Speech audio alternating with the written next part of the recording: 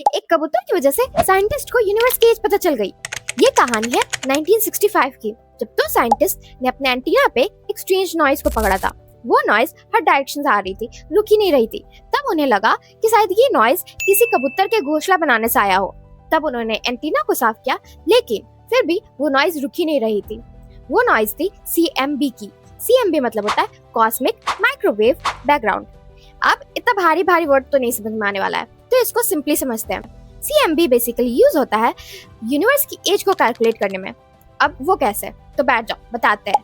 अब इमेजिन करो तुम एक पहाड़ के सामने खड़े हो, तुमने बहुत जोर से चीख मारा। अब जो तुम्हारे मुंह से निकला है वो साउंड वेव, वो सामने वाला पहाड़ से टकरा के वापस आएगी, जिसे हम एको कहते हैं। अब इसी एको की वजह से तुम अपने और पहाड़ के बीच का डिस्टेंस निकाल सकते हो कि कितने टाइम में वो साउंड वेव वापस आया, इसको कैलकुलेट करके।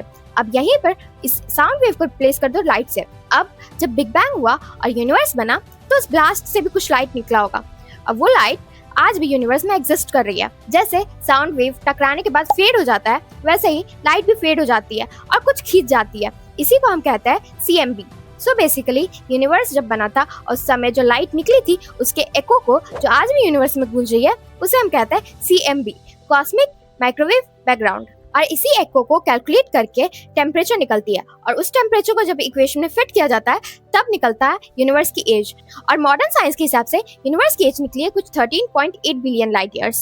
अगर यूनिवर्स के बारे में ऐसे ही इंटरेस्टिंग फैक्ट जाना है तो इस चैनल को फॉलो कर लीजिए, और वीडियो पसंद आए तो लाइक, शेयर और कमेंट कर दीजिए।